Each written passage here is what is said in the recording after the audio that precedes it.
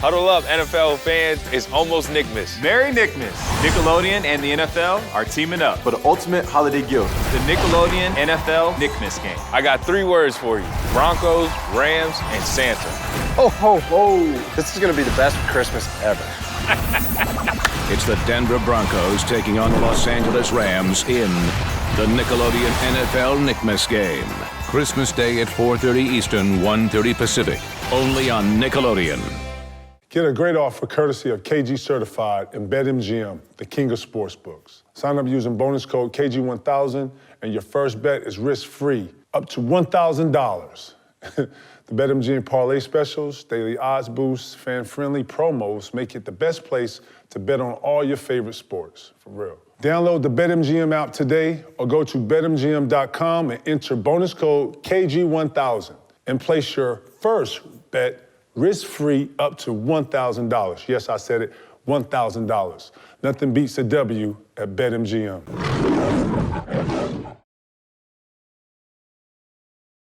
Yeah, if I'm thinking about the generosity moments of year 1 to certified, I gotta thank P, for always coming through, giving me energy, giving me great insight, giving me his insight. Guys like Paul Epstein coming through the show. Just year 1 was, I don't know what I expected. I wanted to be able to bring something different to this whole thing, with different interviews from a Paul Epstein to a Harry O, to a Gary Payton.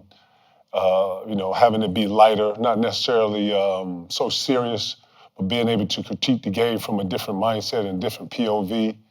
So I'm very, very generous of not just of the show certified, but all the people I get to work with too. Got some solid people that come in here every week and give me their all. So for that, I am thankful and I'm appreciative of everybody that comes in here and gives 100% every week. Stay tuned to 223, new things coming. Your boy, certified. Cheers. At home doing nothing in your own. Can't eat just one, you know what I'm saying? Right. I want to go just like this. Keep eating the chips. I'm going to go, yeah, y'all know what it is. Right. Keep eating the chips. Keep eating the chips, Joe. Keep eating the chips. I actually like that intro. Y'all know what it is, man. The holiday seasons, man. It's Kevin and Truth, man. Certified. We in here. Let's get it. Yeah.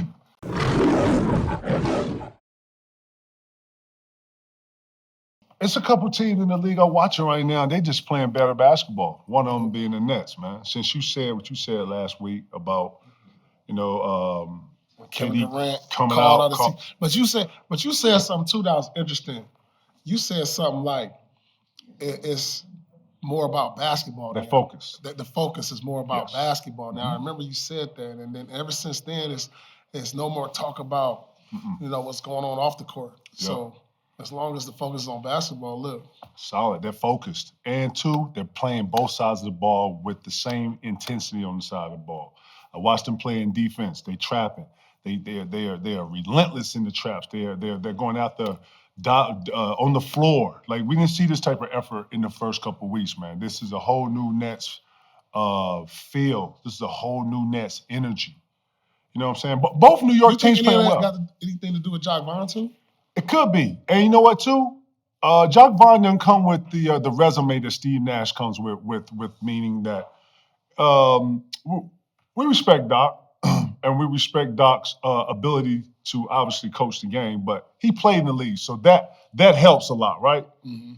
Sometimes I feel like when the coaches haven't had like that kind of relevance or that I don't know what's the word I'm looking for, but being able to have that kind of understanding the player, knowing back to back, you tie them, that kind of helps when you're talking to a coach. And Jacques Vaughn is a very simplistic. He was a very, very good point guard. So he understood like players. High IQ too. High IQ, but more, you know how this goes, like a quarterback.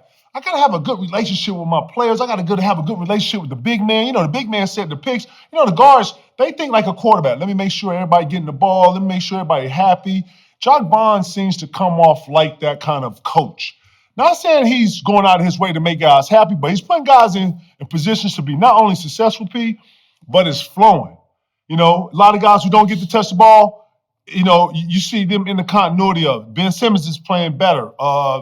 Seth Curry, I said that last week that, you know, him being in that play was going to help them. And I think we're going to have to start putting KD in the MVP conversation, too. I mean, he's making up ground.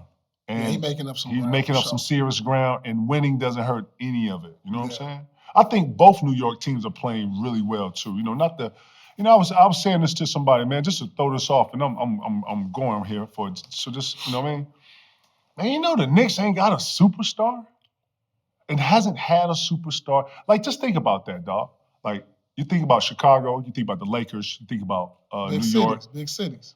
Man, the Knicks, the most powerful city in the world, is doing all of this without a superstar. Mm-hmm. Like, think how much of an onus we're missing out on off of. Like, New York is our crown jewel, but we never polish it. You know what I'm saying? Like, it's always like the shiny piece that we got in the joint, and we look at, that's the Knicks joint, right? That's hot, right? Yeah. But if we never really take it out, give it to the jeweler, let him do his thing, and put it back in there. Like, it's just, man, New York don't have a superstar? Man, that's crazy. Who's gonna be the all-star for them this year? Man, you got to go with Julius Randle. He is their best about player. Brunson has made them better. You think, dang, that's crazy, huh? What I see. Damn, that's crazy because you look at the Knicks and you like, they added Brunson and they look a whole lot better. But it wasn't sexy, Pete. It wasn't like, right. Yeah, we got Brunson. Now you look at Dallas, they struggling. They took that piece off. I thought Brunson was a good player, solid. But he's solid. Showing he is pretty impactful. He more clutch than we give him credit for, too. Them third, fourth quarters, when they taking them little runs, he going like a little 6-0 run on himself. Or the first quarter when he start the game. You know, how you start the game with your point guard is really how you set the tone of how the game's gonna be. He sets the tone. When they win big, it's because he sets the tone, man. We can have both New York teams in the playoffs. I don't even remember the last time that. The Subway Series. What, the Mets and the Yankees? No, I'm talking about Brooklyn Knicks. Brooklyn and the Knicks was in the playoffs the same year? I don't know. We gonna look it up. We gotta get the stat people on it. But that's good for the league, though. It is, though. In New York, man, when New York is popping, who run New York right now? Man, who running the city? Ooh, you know it's a Knick town.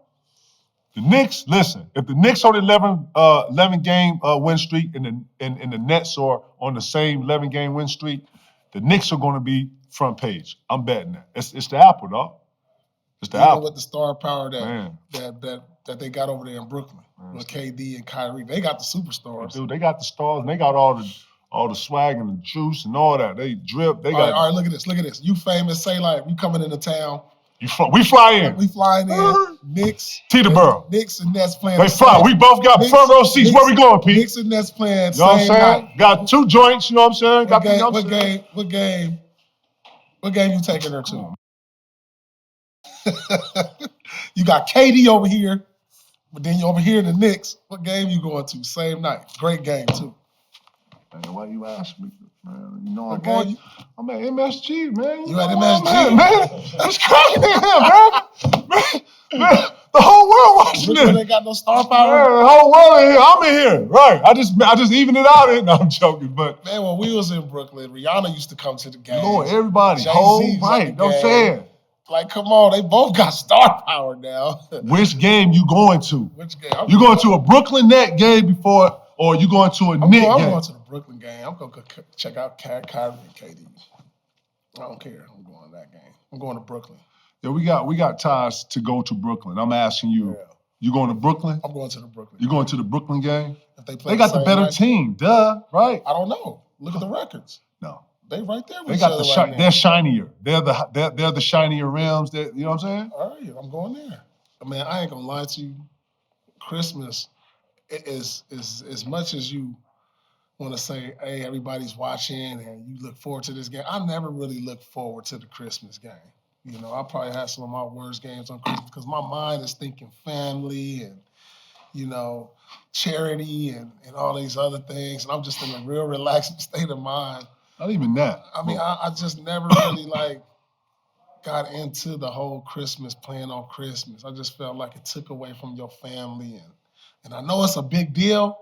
And so you look at my numbers on Christmas, I definitely I definitely had a pot of gumbo before I even stepped on the court, probably, or some chicken wings or something. I was off. So you had a lot of hot chocolate. A lot of hot chocolate. And peanut butter jelly sandwiches. So, Pete, one thing you missed out or you didn't say is that Christmas games are in the afternoon. Mostly when you're on the East Coast, you play a Christmas game in the afternoon. Yeah, the afternoon is the worst game for any athlete. Real shit. You know why? Because most of us are used to preparing for a 7 o'clock game. We got a whole day to prepare. And then that whole day, you're getting closer and closer, and you're preparing closer and closer to the game. When you got not only Christmas, so that means you got to get up at 6, 7 to open up presents. Right. You got to be at the arena for a 12 o'clock game by 10. So I got to leave the house, but 8:30. We get it like 9 because we probably going to shoot around. Man, we got to shoot around at 9:30. So, man, listen, the whole day of Christmas is a pain in the ass. It's a beautiful day. It's great for family. It's great for your kids. It's great for everybody who's up here.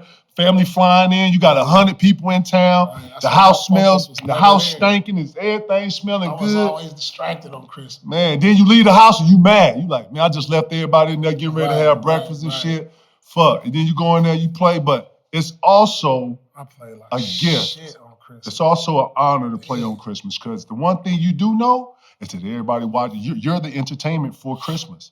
Mm-hmm. So when I viewed it like that, I was like, damn, everybody watching it. Everybody watching this today. Like in that there, you feel like the Super Bowl, or you feel like it's a bigger deal than just it. And then you show up, P got new shoes. That's what Christmas was about. The Christmas shoes. The shoes. That's what it was really about. The Christmas game is all about the shoes. If you ain't got no Christmas shoes, you ain't it. And everybody got a shoe now. So that's one thing I look for. We used to all come in. The Christmas shoe. Pull your shoes on. What's your shoes? Oh, shit. We pass everybody's shoe around. That was the best thing about the Christmas game for me, the shoes. The shoes. Ain't no doubt. And then too, Doc's so cool. He might have like a little Christmas spread in there. He might have like real food in there so we can go in and eat. I don't know if you remember when we played our first year on the Lakers after 08, when we went to LA, we was all mad because we had to leave on Christmas and we just won it the year before. Yeah. And we lost to the Lakers, and Doc was in the locker room after the game. Everybody got all these fancy Christmas shoes. Remember, he got on our shoes. Oh, yeah. He's like, yeah, you showed up. You showed up to look good. He said, you didn't show up to play, though. Y'all came in here, you had your new shoes. Everybody got the bells and whistles and da-da-da. I saw y'all in here. Y'all was Christmas carrying your fa-la-la. You came in here and you got your ass whooped. But you look good, though. I see it. Everybody, he wrote us. You remember that? He wrote it. I remember that. Yeah, everybody got the new shoes on. And was talking about the new shoes. I was like, damn, we can't even have those nice shit in here, huh? I remember he got on us. I remember that. But yeah, Christmas is a dope part of the game. It's great for the fans, but for the players, it's turmoil. And then too, say you play on the road. Say you go on the road. You got to bring Christmas on the road. Right. So it's. I know it looks good and it sounds good, but yeah, for players and trying to make the adjustments, and then. You know what's crazy? It's not like you just fly out there and play the game for Christmas and then you go back home. No, you fly and now you on a road trip. You on a 7-game, 5-game, you know what I'm saying? So, yeah, although it's cool, it's fun, it's a gift, it's privileged to be able to do those things, it was also a pain in the ass. Let's get it. Fan questions. Let's see what the fans talking about. Damn. The best gift. Man, I done gave like 1 million gifts. Listen, I don't remember some of these gifts because, it's easy to get a computer and a bag from, designer bag. But the most memorable gift that I remember someone giving to someone else is when Leon Poe gave Ray Allen the whole season of Martin on DVD. You looked over, KG probably so check this. TA probably got a computer. So we had Secret Santas. Ray Allen got the whole season of Martin. So we looking around, and guys are like opening up their gifts one-on-one. We did Secret Santa when we was in Boston. Yeah. P opened up his shit, had a beautiful fucking a Louis bag. Big old duffel, had gold on it, had gold zippers. It was beautiful. Baby opened up something, had a book bag. I was like, damn, look at all these nice bags. and people just open up these great gifts. I opened up mine like, damn, we didn't know who was who. And Ray was like, and he kept ripping up through, and he was going through. And then finally got to like a little square. He was like, "Oh, okay, Martin season 1, okay, Martin season 2." And then we was all looking around, and he was like, and we just busted out laughing. He was like, "I'm sorry, Doc. Who got you? Who was your Secret Santa?" He was like, "Man, who's my Secret Santa? Who's Secret Santa?" And Leon was like, "Hey man, y'all said get." And then we had to put rules in it after that. Man, a gift got to be $500,000, man. Come on, man. That might have been the funniest. Man, you got that shit on the way here, man. That was the best. You got Ray gift on the way there. Oh, Best Buy right here. You stop. Let me get Ray a gift right quick. Y'all got Martin in here. Let me get them both seats. Y'all got 3 seats? No. Just give me 2 seats. Let me get on out of here with that. Yeah, Leon Poe ass. That was the best. Man, yeah, that was a fun. Who got me this? That's what. He didn't want to say nothing. Oh my God. Oh man. I don't even know, man. You know, like Christmas for me, man. I didn't celebrate Christmas as a kid. So when I hit the league, I was just all out. You always remember when you do things for Christmas time for like families and the less fortunate and people that don't actually get to have a Christmas, which is probably the more memorable stuff that I remember. Walking into a room full of people that was going to have no Christmas. And then they don't even know what they're there for. And then I go around and then this big thing come out and kids are losing their shit. That's always probably trumped everything else. That probably always trumped everything else. And that always made me feel like, oh man, because one of my favorite things is when I would be in the neighborhoods is when you see the street guys come out and they do something for the community. And you always look back and kind of be like, you know, kind of knowing that that's your responsibility to that. Or that's your responsibility to the community. But yeah, best off the court Rondo story. Rondo? Damn, best off the court Rondo story. Rondo was always a little hitting master. You know what I'm saying? I say this because you would never hear Rondo. You know what I'm saying? And not to say that he's passive either. I'm not gonna say that either. Because he was just quiet, but he was downloading everybody. He was downloading the room always. Rondo might be in the big Blu-ray table playing Blu-ray with us, and then we would have this what we call 2 tables, and it would be a junior Blu-ray table. And he'll be over here playing in the Blu-ray table, watching the game, and then dealing cards in the junior Blu-ray table, and playing both fans, and then downloading the room, and then peeping everything. Like, Doe was always like a little computer, man. He was always like a little, he was always like the kid just soaking up. He always wanted to be better at every minute of the day. P had a saying one time, man, I'm never worried about Rondo on big games. He gonna show up. I ain't never tripping about him. So if he doing something out of character or if he doing some shit that normally we don't see him do, if it's a big game, P like, he good. He good. He just, you know what I'm saying? Right. Because I was always being like, hey, let's be on it. You know what I'm saying? Right. Keep the gas on, man. Don't let them up. People's a little more like, man, relax. Let's go in here, relax. Let's go in here, you know what I'm saying? And that median would create like a nice balance. But, man, Doe got so many crazy-ass stories. Best one. I'll tell you. Off court, though, P. Memorable one. Off court, though, P. For me, you know, we watching film, and this is the day the film is all about him. Oh, yeah. And, you know, Rondo kind of cool. You know, he don't get mad too much. He keep it inside, but he let it out today. And we're in the middle of the playoffs. Man, the film was about him messing up. The whole film. The whole film session. The whole film session. Big old TV we watched film. We had an 85 inch. We had an 85 inch. Something and broke the TV. And left the film session. I was like, God damn. And I was like, you know what? Yeah. At least he cared. At least he cared. We had an 85 inch. I mean, I don't know. Maybe he was out there. Doc was on his ass, though. I think that's what it was. But that's one of the more memorable off the court moments. That's just how he just shattered the TV. I mean, he shattered it, didn't he? Yeah, I remember that. I remember we had like this 85 inch TV that you could like pull around, and it was like on like its own like, kind of dolly, Rondo. Right? It was on its own dolly. And, you know, the film guys would come in and put it in front of us and then start the film. And we would be able to see the film before Doc sat down and went through it. In this particular, first I'm going to set this up. Doc had this little thing that he would do with every last player on the team. And it went on throughout the whole year. And you can test to this. At least for about if you was like a a major player, he would ride you for like maybe 2 weeks, but you couldn't do nothing right. Yeah, huh? You know what I'm saying? And in this particular time, it just so happened to be Rondo. And him and Rondo are not necessarily bumping heads, but, they got opinions on how to do stuff, like point guard shit. So hey, everybody ain't in it. You know what I'm saying? I can just tell there's something there. Right. In this particular moment, we come in here, man, the film all about dough. We getting ready to go in the film like 30 minutes, 45 minutes. And we see him about 20 minutes. We're like, damn, this whole thing about dough? And Doc pouring it on. He pouring it on. And he proving a point. And you kind of see the build up. He had a water bottle. I'll never forget this. Rondo used to have water in front of him, like, so he grabbed water, But we all had these plush-ass chairs that we would sit in and watch. And yeah, you could see him. He was right there. He was like a 1-2. It was like 1-2. And then I think he was on this side. He was on this side. Second, third seat. But how he was looking at right there. Right there. Doc kept going. He just stood up and just walked into him. Boom! He blew the TV up. He blew the TV up at point blank range and then walked out. Look, we got a game that night. We got a game the next day. Oh, the next day? I was like, damn, Rondo. Damn. And then P was like, well, at least he cared. So we was all looking at P like, man, what? Doc's like, man, y'all go home, man. Get ready for tomorrow. Let's go.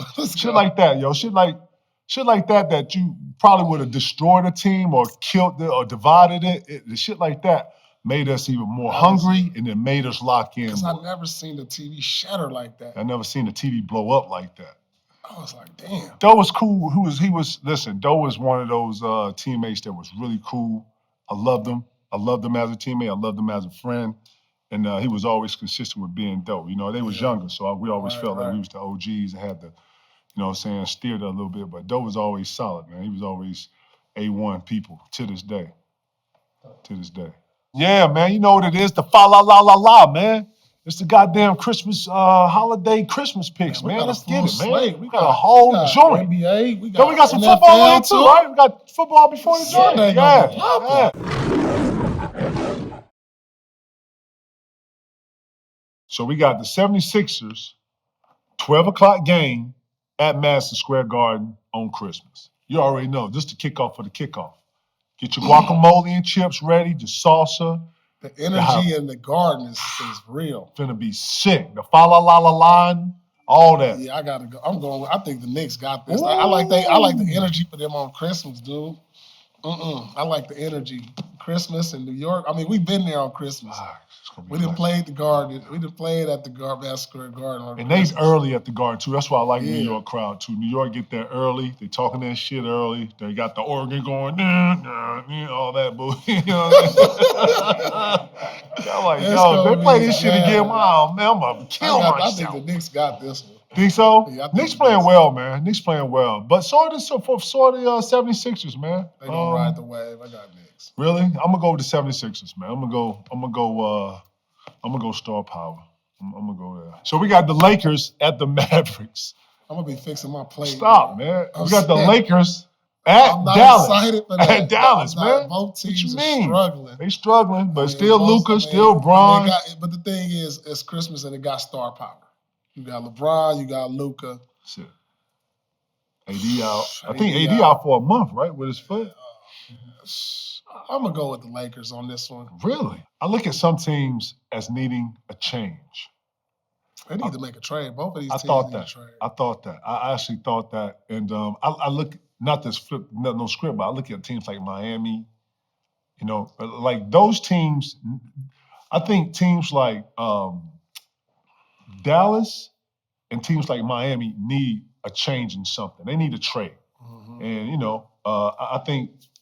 I think the product of what we're seeing out of a team Dallas like Mavericks. This year, but they just Dallas is not a good road team, but they're a very good team at home. I'm going to take the Mavs at home. Christian Wood playing well at home. I like how Luka looks at home. They just got they just lost to Minnesota. I mean, I don't care if you played them at home, away, Rucker Park, Drew League. You ain't supposed to lose to Minnesota or Dallas. That's a professional team, too. It is a professional team, but they're missing Cat. Luka's an MVP candidate. You got, like you said, you got better players on Dallas overall. They should be, at least. Luka gets thrown out the game. Jay Kidd gets thrown out the game. They frustrated. Yeah, They need frustrated different. right now. They need something. They need something. And I think they got a nice team, Pete. They just, I don't know. They frustrated right The now. continuity ain't coming together. Tim Hardaway Jr. hasn't been like that consistent second option. Dinwiddie, he's been like their most consistent. Christian Wood, he comes off the bench. Like, They need something. So I'm gonna go with the Lakers. You got the Lakers on there? I'm gonna go with the Mavs. I'm going with the Mavs on this. So the Bucks at Celtics. Ooh, this that 2, 3 o'clock joint. This that one when you waking up from the it's on? Right. Who you got, P? Celtics at home. Christmas Day. I'm a little concerned with the Celtics right now. Mm. When you lose to Orlando twice, they've been struggling. They got the win in L.A. on the road trip, but they've been struggling. This is a tough one for me. I know they got to stay still. Second place in the East, they playing Milwaukee. This is gonna be the shindig. These? I'm a hope that they can get back on track this game. So I'm gonna go Boston because they need this game because their confidence is shaking. I believe a little bit. They lost 4 or 5 and they haven't been shooting the ball like they have at the beginning of the year. They ain't been playing the D consistently like they were. So hopefully they can get back on track. And this is the type of game you need to win to get back on track, a confidence builder. So I'm gonna take them on Christmas. More importantly, Pete, this is a message game. Listen, first off, these two teams are going to see each other at the end. The road is going to go through Boston to get to the sunshine. Or Milwaukee. No, the road's going through Boston. Boston is the defending Eastern Conference. Yeah. You understand? So the road coming through them. This is a message game. Middleton back, Giannis on Christmas, lights are bright. This is the Super Bowl game of the NBA right here. This game right here. Everybody, I would. That's the game I'm looking most forward to on Christmas. Me too. Everybody. When this game go off, then I'm gonna take a nap.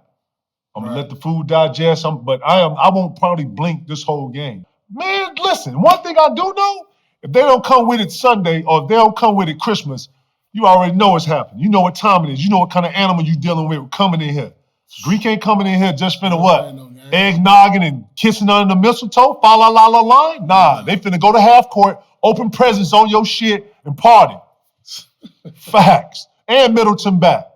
And they feel like, you know what, man, Boston feeling themselves. Let's go ahead and let them feel this championship. Like, Lord, this gonna be the shindig right here. This gonna be the get on for the get on. What do you got? Oh man. Whew. I love Boston at home. I gotta say that. I'm gonna take Boston at home, but man. So you got the Grizzlies at the Warriors. No Steph Curry. I know in back-to-backs, this ain't no back-to-back, but Klay hasn't been playing back-to-backs. The Warriors look like they're like a weird place, just with injuries and resting. They come off like they're having fatigue and rest issues. And then another big question mark: what's going on with Wiseman? They send him to the G League, they bring him back, and I don't know, man. For the first time, like this roller coaster that we're gonna probably be on for the whole year, right? It just looks weird, or it looks different. Jordan Poole came out. I don't know. I think we're starting to see a change in the guard. No, they hurt though, Pete. They hurt. Yeah, of course. When you don't have Curry, MVP candidate, playing at a 50, 40, 90, still averaging 30 at the age of 34. When you losing that, obviously that's a big chunk of your offense and everything you do. And so if that's going to be missing some significant time. Wiggins out, that's a big thing. Then it's a possibility that the Warriors, they might not make the playoffs.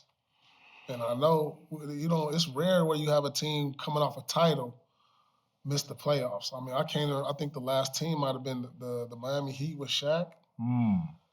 Unless there's another team that missed the playoffs the year after winning it, and we might, if they miss any more significant time. I ain't gonna say they gonna. Well, you got a whole nother half too, right? Changing of the guard, so I think Memphis boys, they ready. They ready to take the next step. They ready now. I think they ready. They ready to take the next step. I'm going with Memphis. They're playing with good basketball too, man. I'm going with Memphis too. I just don't think that Golden State has enough. Even though Jordan Poole's in the absence of Steph being out, Jordan Poole has put some big numbers up. He looks like he can actually go into a franchise and actually be the man over there. That's how I'm looking at him when he comes in, when he playing. Jordan Poole's a different type of talent. Man, listen, Jordan Poole dripping right now, boy. His swag, he carry himself like that. He threw the roof. But I think at this point, Memphis has way too much for Golden State right now. I'm gonna go with the Grizzlies too. And the Phoenix Suns playing against the Denver Nuggets at Denver. Lord, you been watching Denver? Yeah, I've been watching all of them. Yeah, man. Joker looking like he won his third MVP in a row. Man. He acting like he won his third MVP in a row. You see that the numbers he put up there? P. 40. P, come on, P. What do you got? 40, 27, and 10? P, come on, man. P, he win it 3 times? He win it 3 times, P? He can. He can. Denver could possibly be the #1 seed. Possibly? Who playing better than Denver? Man, Denver killing right now. Denver killing right now, bro. Oh, they got something's up in Phoenix. I don't know what's going on in Phoenix. Something ain't right. We put them on that list. Put them on that list like Miami. Man, they dealing with the issues with the owner. They selling the team. Then Monty and you saw that? You saw him and Big Fella got into it. They arguing, and we already know they had past issues when he benched him, a year ago. So I don't know what's going on in Phoenix. But I don't know. They still gonna win some games, but that something ain't right. Don't feel right, do it? It don't feel right. It don't look right at times too, huh? And I think they championship window, what this team has constructed, is closing. It's closing. Fast speed. It's closing, especially with Chris Paul getting older. They can still build it up, but it's closing as constructed. So. Where you go from here, though, with you now? Like, I still think they got potential to still be something. Who you picking in the game? I got Denver. You got Denver in Denver? there? Yeah, me too. Yeah, I got I was going to say Denver looks different right now. They playing with the different than Joker. He might be the most unguardable player in center, NBA center, most unguardable center in NBA history. Outside of Shaq and Will. Right. But like Kareem. I mean, damn though. Look at this dude. He out here with the dimes. He bored at a high level. He give you the Irvin. He can score. Hey, look, he give you the Bill Walton here. You know what I'm saying? I mean, damn. Hey, man, happy holidays to everybody, man. From KG The Truth, man. Everybody be safe out here. Eat well, man, and follow Allah. Happy holidays. Straight up. And those are the MGM picks of the week.